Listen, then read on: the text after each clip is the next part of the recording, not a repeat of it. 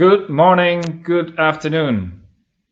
Good to see so many participants joining us today in this webinar on prefabricated buildings. I'm Patrick Bekel, Commercial Director at VONK. For the ones that didn't participate in our previous webinars, I'm pleased to introduce you to Dave Oesterholt. Dave studied in the Netherlands at the Technical University of Twente, where he obtained his master's degree in chemical engineering. Dave has 30 years of experience in the energy business. He worked in positions for technical commercial roles at Castec, DNV, and Kiwa.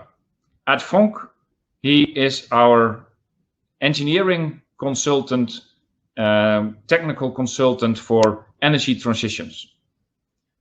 Today, VONK and Dave will present a webinar on prefabricated buildings where we discuss the technical approaches, the utilization, and the requirements for prefabricated buildings. Dave, good luck during the webinar and all enjoy the webinar. Thank you for introducing me, Patrick. Good morning, everybody. Good afternoon and also good evening all over the world. I'm glad to see that so many people have tuned in. Meanwhile, in the next half hour, I would like to share with you the presentation on prefabricated buildings. The presentation is about the features, the benefits, and the design aspects. And last but not least, I will also tell you how you can reduce cost.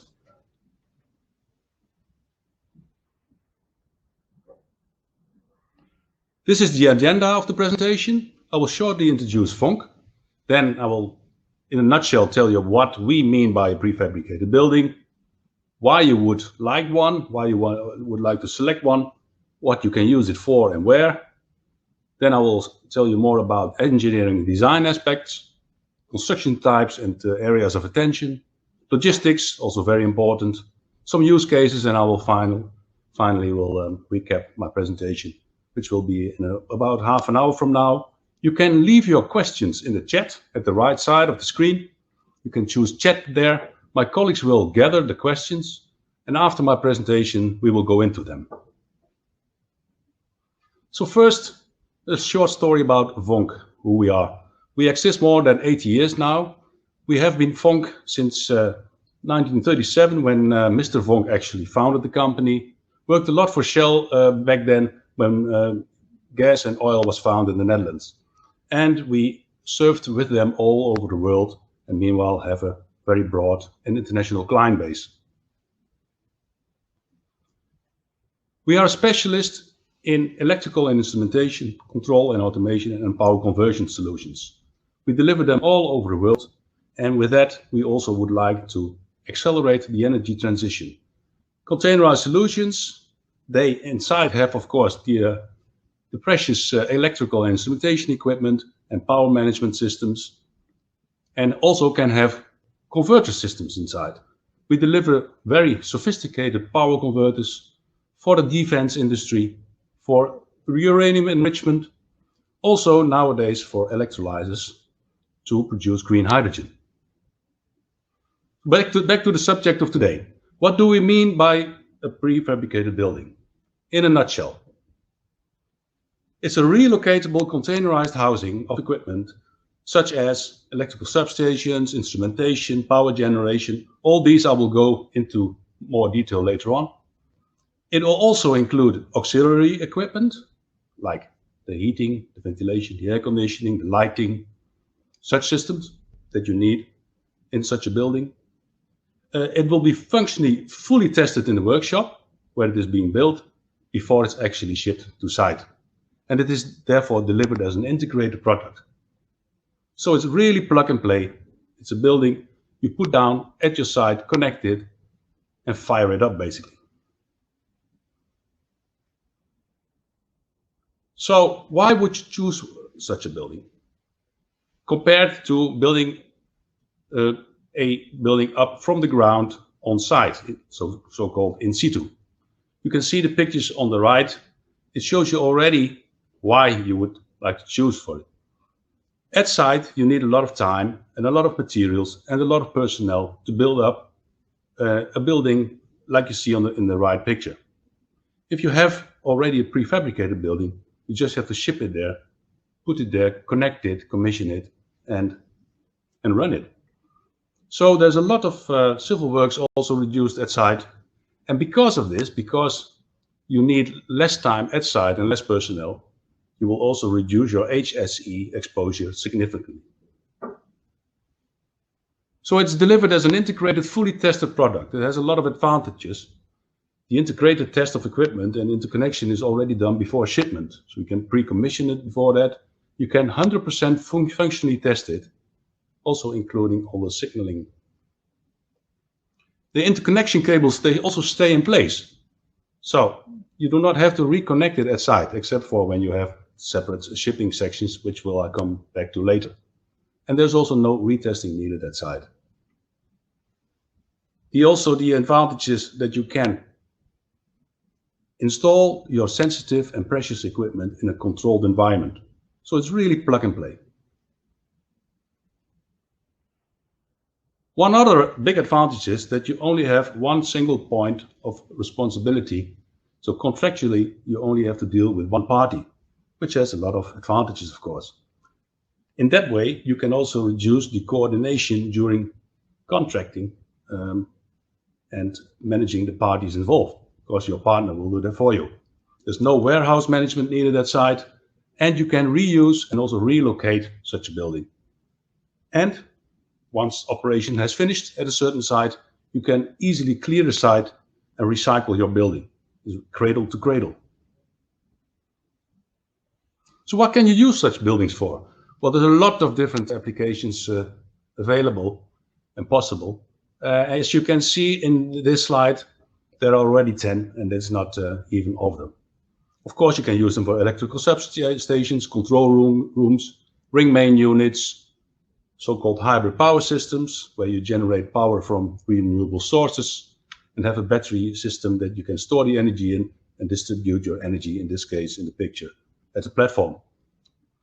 Field auxiliary rooms, as you see at the top right picture, telecoms, small HBSs for platforms in decommissioning stage, electrolyzer power supplies, nowadays a hot item coming up, power generation, in this case you see a genset installed in the container, and battery energy management systems, battery storage systems. A few examples where you can use such buildings for. You can also configure them in really a lot of different configurations. You can have several floors, multiple floors. So the picture on the left, you see a single floor. You also see a sunroof there, some stairs. And the picture on the right, you see them stacked above each other. This is, of course, handy when you have only limited space available at site. And inside the building, you can have single or several rooms, all with their own functionality, with their own function. And I will show you later in an overview where you then can think of. You can also have them in different sizes. Standard size shipping containers are used often. So it can be a 10-foot or a 40-foot, or a 20-foot or 40-foot container, which you can see in the picture on the right. We will adapt such a container to its needs and to its requirements. And because it's a standard size, it's also for transport quite handy. But when you need a bigger size, you can actually build any size you like. They are in different sizes, heights, widths. We have built them 10 by 9 by 24 meters.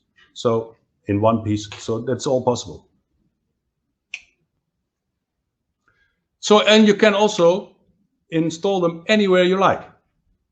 Compared to in situ, that has special advantages because you can put them in locations in very harsh environments, like deserts or even swamps or tropical forests. And also at locations with restricted access possibilities, like you see in the picture on the right, on an offshore platform. Which brings me to a very important part, the engineering and design aspects of a containerized building, a prefabricated building. I will first show you in this slide the overview of the different design aspects. I will go into detail in the next slides. about. First of all, painting and coating. Then I will tell you more about the heating, ventilation and air conditioning. Fire rating classes, fire protection and detection, interconnecting cabling, sizing versus available plot space, how you can deal with that. What about hazardous areas? Where do you have to think about then? And last but not least, also the blast resistance. But first, let's have a look at coating and painting. You can see in these pictures that the buildings are used in different environments. And you can also imagine that depending on the environment, you need special coatings with different functionalities. Usually we'll build up the coating in 3 layers, and each layer is accurately measured in thickness. And the top layer, you can choose any color you like, for example, your company color. And like I said, each layer has its own function. You can even have layers that protect you more against fire, that create a foam when the heat is actually increasing.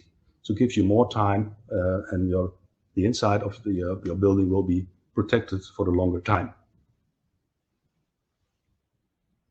Heating, ventilation and air conditioning, also very important, also dependent on where you are in the world, what the situation is there, what the environment is there, what the surroundings are there. Sometimes natural ventilation will do. Often you need special HVAC systems. In the middle picture you see a packaged unit that's attached to the side of the building. And on the right you see the more also commonly used split type airco systems. Just a sip of water.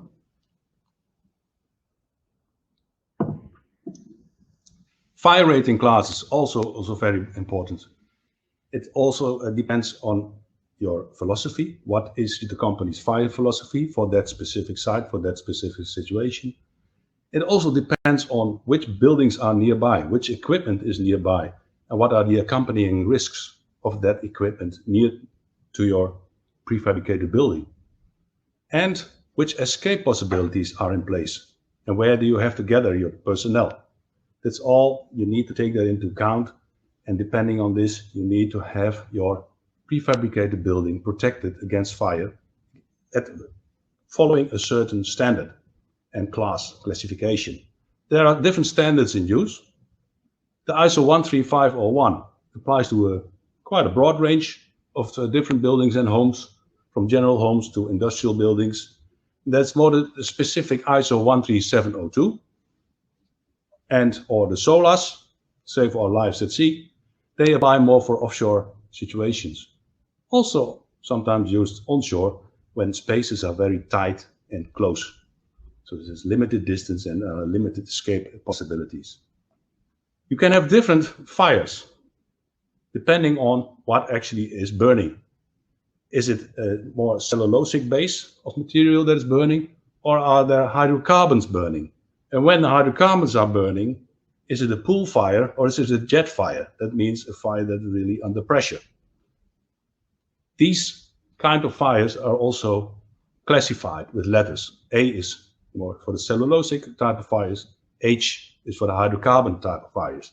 So, and if you have a jet fire, then the J will also be in the code.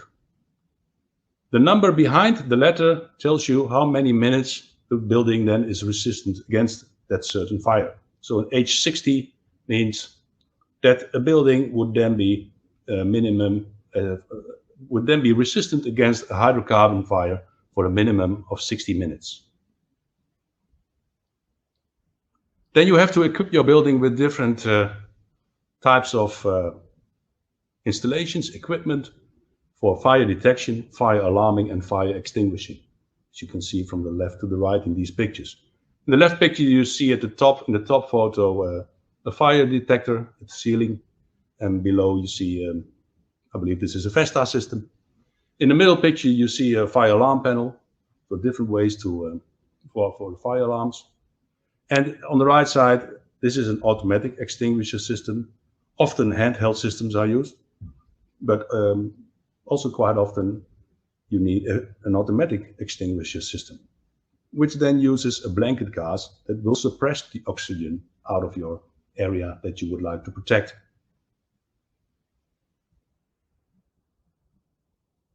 Interconnecting cabling. Of course, all the equipment needs to be connected with each other. So the whole as an integrated containerized building the equipment will actually function and work.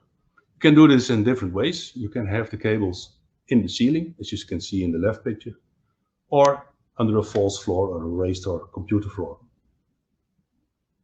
All the interconnecting cabling is then underneath the floor. When you have a lot of cables, then a false floor is often used. Please take into account that if you have your cables in the ceiling, that it might have effect on the height of your building. And if you have height restrictions, you have to really look how to deal with the cabling inside. Also very important to know that all cabling, once it has been connected, stays there, stays interconnected. All the equipment stays interconnected. This has real advantages. Because when you, for example, have your prefabricated building shipped to site, and this is in let's say in a swamp in the middle of Nigeria, then you do not want to find out that when you test it, that you have a component missing or some equipment is not working. This needs to be working already before you ship.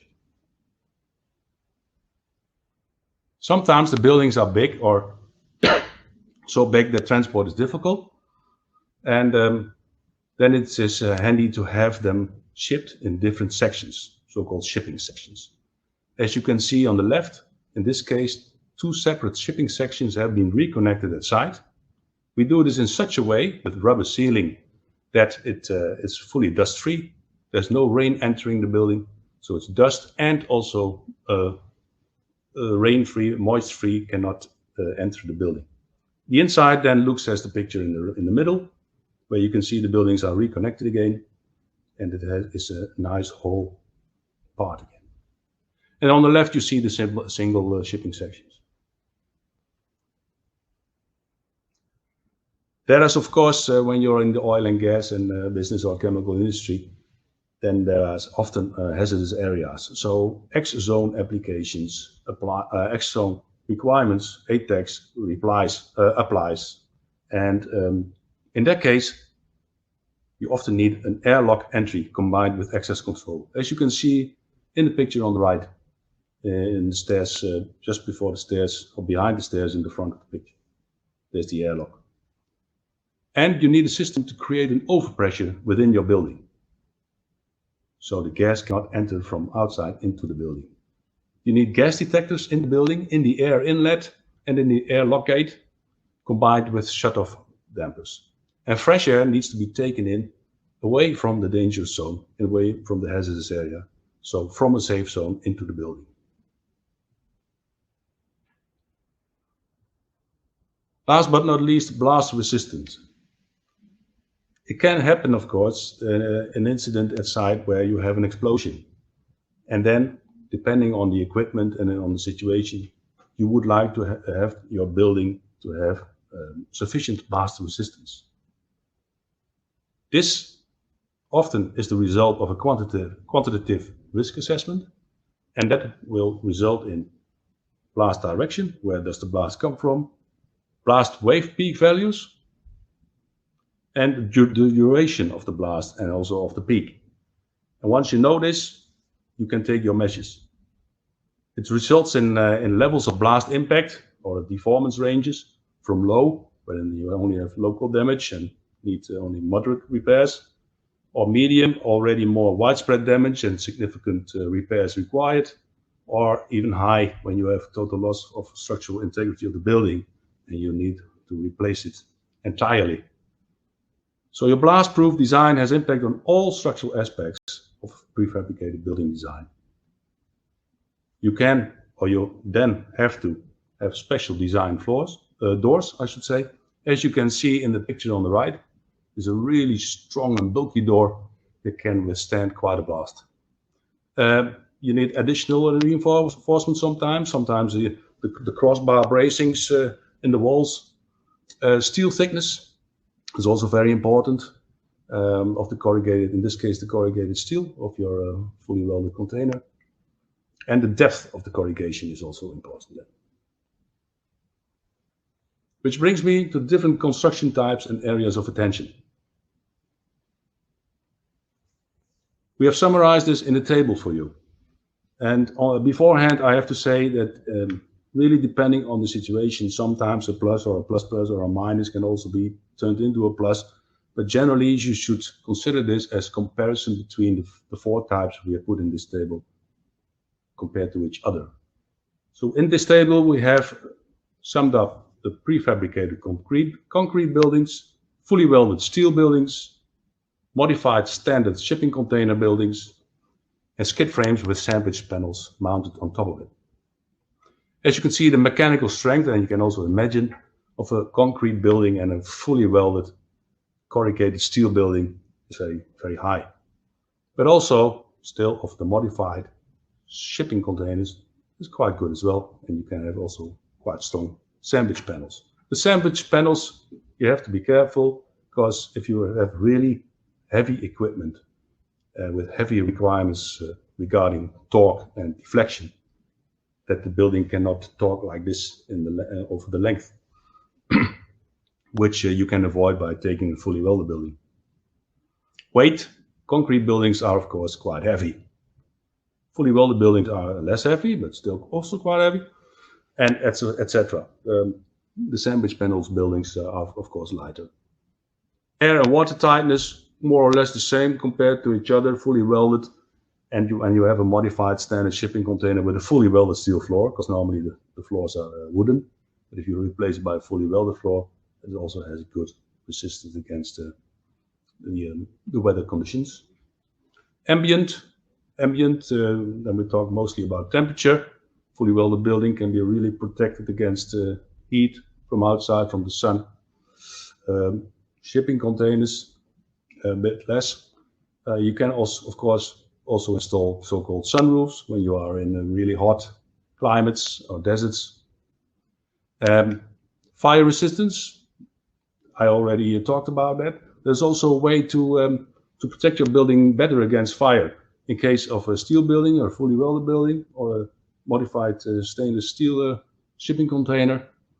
When you weld on the inside of the walls of the container, so-called spikes, and between the spikes you actually install or push rock wool that will actually dissipate the heat that comes in from the outside through the spikes, which brings you or gives you a lot more minutes of fire resistance. Lifetime, you can imagine the concrete and fully welded buildings have the longest lifetime. And last but not least, maintenance effort. Concrete and fully welded buildings need very little maintenance, as well as shipping containers. Sandwich panel buildings need a bit more maintenance. Logistics, also very important. How to get your prefabricated building with all equipment and interconnecting cabling inside to site. You can have transportation methods by water, over water. You can see it in the picture on the left. Sometimes you need really special road transport in the harbors to get it to the ship. Very important is to take the logistic methods already into consideration during your engineering and design. That's not only the transportation method, there's also all the custom clearing, the temporary import and export. Such buildings are often built in low-cost countries. We deal with all those kind of things, the custom clearing and temporary import and export, taking out of your hand. Sometimes equipment needs to be transported loose, separately from the container, because of safety reasons, in case of batteries, for example, or when you have sometimes the packaged HVAC units that would be too bulky when they're attached on the side of the building. Lifting, very important. The container needs to be strong enough to be lifted, of course. You have different lifting methods. In the picture on the left, you see that the spreader bars in the cables, in the four cables, are not in place. This is able, or this is possible, because the container itself has been reinforced at the points where you lift it. You can see it slightly in the picture, where you can see the thicker parts in the building. And on the right, you see the spreader bars in the cables that actually lift the whole building onto a ship. Of course, weight is important here. You have to take that into account, and of course, the equipment that is installed inside. Especially, I said it before, when you have requirements regarding deflection, you have to take that into account. Some equipment, some electrical equipment may only deflect over its length only a few millimeters, so your building has to be really, really rigid. Which brings me to some use cases. This is a picture with a lot of information, and maybe the letters are too small for you to read, but we wanted to give you an overview of an electrical substation. Typically a request we would then receive, and then we start to design and optimize such a building. What you can see clearly in this picture is the red dotted lines that indicate how this large building is actually divided in 4 separate shipping sections. And in dividing the building in 4, we take into account in which part which equipment is of course installed. And you can see that in this case the top left is a medium volt distribution, and in the bottom left is the low voltage distribution. We do it in such a way that each room has its own functionality, that's divided evenly over all the shipping sections. At the right you see the batteries and the UPS systems. You see a control room more or less in the middle, and and of course you still need interconnecting cabling between the different sections, but we will design it in such a way that the interconnecting cabling is really limited to the bare minimum. We label also those connections that we have to separate from each other, and so that at site you can easily reconnect them because they're all labeled in a proper way.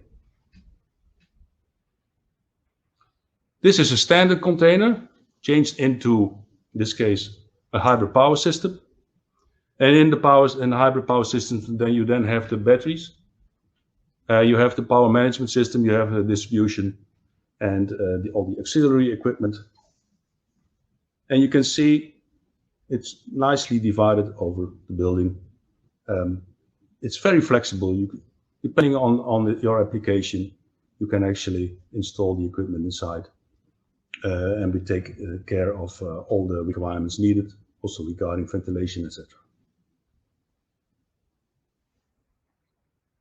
One that we are working on recently and currently still is also power supply and electrolyzer in one container. This will be used more and more in the near future to produce green hydrogen. And we are on our way to actually develop and also deliver standard containers for this, where this is all integrated. Which brings me already to the end of the presentation with a recap. I've shown you today the main benefits, what we believe are the main benefits to choose for a prefabricated building over a building built on site in situ, compared to. All over, when you look at all the costs involved, you can reduce them drastically if you choose for a prefabricated building. It's taking everything into account. The number of personnel, the transport, the building itself, of course, the integration at the control workshop, etc. We deliver it as a fully tested integrated product. It's really plug and play. You can put it and use it anywhere you like, build it at any size you like.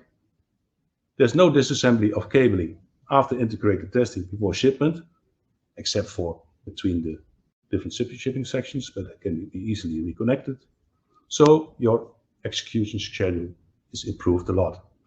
And it is suitable for many, many energy, instrumentation, and control related applications.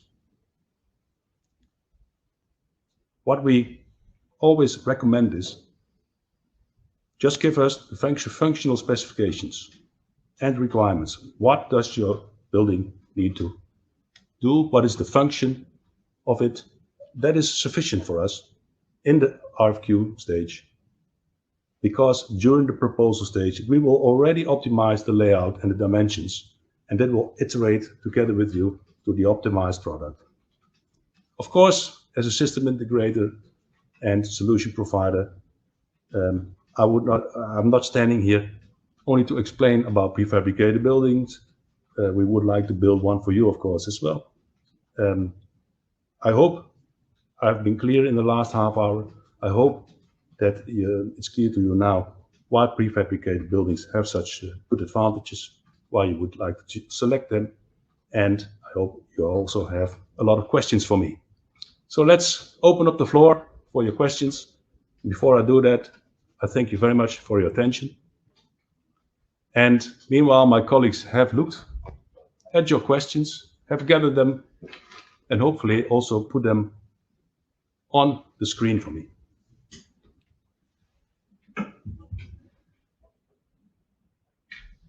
Let's have a look. I have a question from Usman Sani.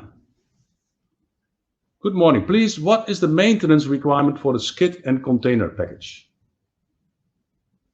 Well, the maintenance requirement is limited to inspection and painting the parts that need a touch-up. For the buildings that are not fully welded, also inspection of the area between the walls need to be inspected. And filling might need to be applied after time. Then I have a question from Raul Gopakumar. I hope that I pronounce your name right. Welded steel looks as good as concrete. So when should one choose for concrete and not welded steel rooms?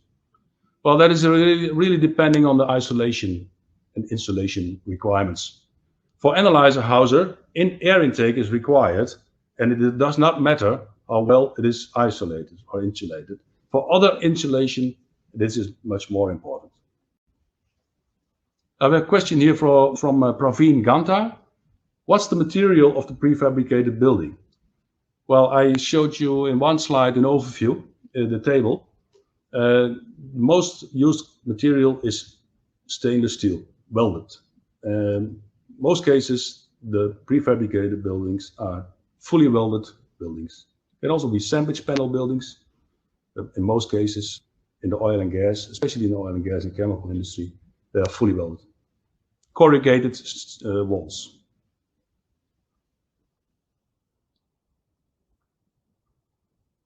Another question from Usman Sani. How do you manage lightning protection that needs to be integrated with the earthing system?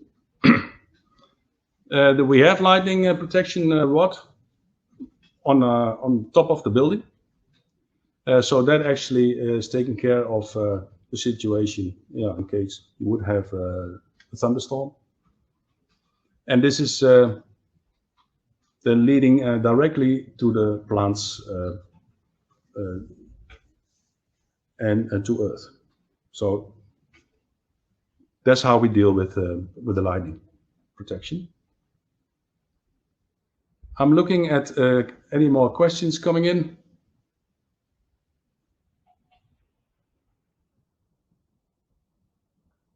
What are the limitations in terms of size and shape? Henry Braakman is asking. Actually, I would say there are almost no limitations, but of course there are. It really depends on the situation. We have actually built, and then one of the pictures was shown, the green building, is one that is 9 meters wide and 10 meters wide, 9 meters high, and 24 meters long. So it can be really, really big. And this can be actually built as a whole and transported to site as a whole. You can also have shipping sections, of course. So you can have multi-story buildings, but you can also have very wide, very long, and very tall buildings. And yes, road transportation is, of course, the limitation in often the width and the height below bridges. But if you can build near a harbor, then that is less of an issue, depending on how you can transport it once you have shipped it to the other side, or how you can transport it there. If that's also near the coast, then road transportation is less of a problem.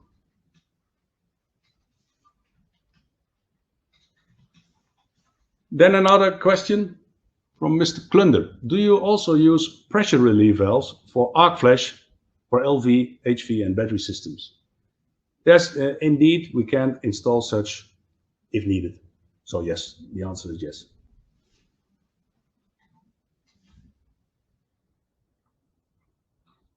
Then I see a question from Serdar Satishi. Hi, what is the maximum IP rating of the container solutions that you offer? How do you prevent water ingress from the doors and side cable entries? Well, in this case, I need to talk to our experts. I believe it's IP64, but as the maximum, but I'm not totally sure. I would have to come back to you about that. But we have written down your name. We also have your email address from your registration, so we can come back to you about this, and we will. Let me see. Any more questions from you around the world? Do we need a separate battery room or not? Well, that's depending on the size of the batteries that are used.